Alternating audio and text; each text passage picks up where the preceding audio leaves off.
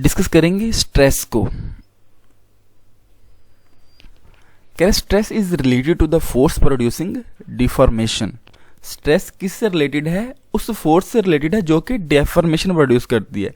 Deformation का मतलब है शक्ल में तब्दीली कर देना, डिफॉर्म कर देना। जब किसी चीज़ की शक्ल तब्दील कर दी जाए तो हम कहते हैं कि ये डिफॉर्म हो गई है, इसकी शक्ल तब्दील हो गई है। तो कह रहा है कि स्ट्रेस किस फोर्स से रिलेटेड है? जो किसी बॉडी के अंदर डिफॉर्मेशन प्रोड्यूस कर दे। इसको समझते हैं इस डायग्राम से। देखिए यहाँ पर हमारे पास ये एक स्ट्रिप थी, आयरन की स्ट्रिप थी, ठीक है। हमने यहाँ पे एक फोर्स लगाई जिसकी वजह से ये बेंड होकर तो अपनी शक्ल तब्दील कर चुकी है। तो ये वाली फोर्स जिसने इस स्ट्रिप की शक्ल तब्दील कर दी है, हम इस फोर्स को क्या बोलेंगे? डिफॉर्मिंग फोर्स, यानी कि शक्ल तब्दील करने वाली फोर्स। तो बात क्या कह रहा है कि जब हम स्ट्रेस की बात करेंगे, हम उस फोर्स की बात करेंगे जो किसी बॉडी की शक्ल को तब्दील कर दे, ठीक है। तो अब देखते हैं स्ट्रेस को डिफाइन कैसे करना है। कह रहा है इट इज डिफाइंड एज, यानी कि stress is defined as the force acting on unit area at the surface of a body is called stress.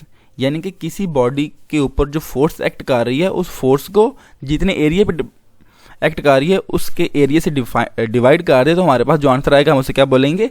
Stress बोलेंगे। लेकिन यहाँ पे जो बात याद रखने वाली है वो क्या है? ये फोर्स कौन सी है? वो वाली फोर्स है जो कि किसी बॉडी के अंदर क्या प्रोड्यूस करे? डिफॉर्मेशन प्रोड्यूस करे, ठीक है। तो ऐसी फोर्स को हम कहते हैं डिफॉर्मिंग फोर्स, और उस फोर्स को टोटल एरिया से डिवाइड कर देंगे तो हमारे पास जो आंसर आएगा उसे हम क्या बोलेंगे? स्ट्रेस बोलेंगे।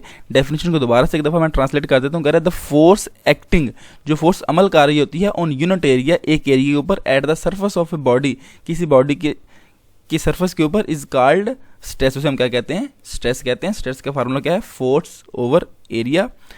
इन सिस्टम इंटरनेशनल में the unit of stress is newton per square metre, ठीक है। तो स्ट्रेस का यूनिट क्या होगा? Newton per square metre. और आपको याद होगा कि प्रेशर का भी यही यूनिट है, न्यूटन पर स्क्वायर मीटर, क्योंकि फोर्स का यूनिट क्या है? न्यूटन है, और एरिया का यूनिट क्या है? मीटर स्क्वायर है। सो स्ट्रेस का यूनिट क्या बनेगा? न्यूटन पर स्क्वायर मीटर, यानी कि पर मीटर स्क्वायर या per square metre. That's it. Thank you very much for watching. See you in the next tutorial.